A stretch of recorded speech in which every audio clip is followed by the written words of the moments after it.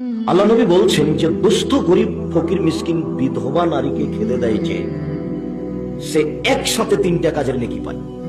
আর তিনটাই বড় বড় কাজ। এক, আল্লাহর সাথে জেহাদ, আল্লাহর পথে জেহাদ করলে যত নেকি হয় ফকির মিসকিনকে খেতে দিলে তত নেকি হয়। দুই, রাতে তাহাজ্জুদ পড়লে যত নেকি হয় ফকির মিসকিনকে খেতে দিলে তত নেকি হয়। তিন, দিনে নফল রোজা সিয়াম থাকলে যত নেকি হয় ফকির মিসকিনকে খেতে দিলে তত নেকি হয়। তাহলে প্রত্যেকটা কাজ দিয়ে জান্নাত পাওয়া যাবে। এত বড় বড় কাজ তিনটে। এক, আল্লাহর পথে জেহাদ, এর বিনিময়ে জান্নাত। দুই, রাতে তাহাজ্জুদ, যারা রাতে তাহাজ্জুদ পড়ে তারা ভালো মানুষ, বিনিময়ে জান্নাত। তিন, নফল সিয়াম, এটা তো দামি ইবাদত, নফল সিয়াম মানে জান্নাত। তো এমন একটা কাজ করলাম যে তিনটা মিলে যত হবে একটাতেই তত হবে। সেটা কি? ফকির মিসকিন অসহায় মানুষকে খেতে দেওয়া।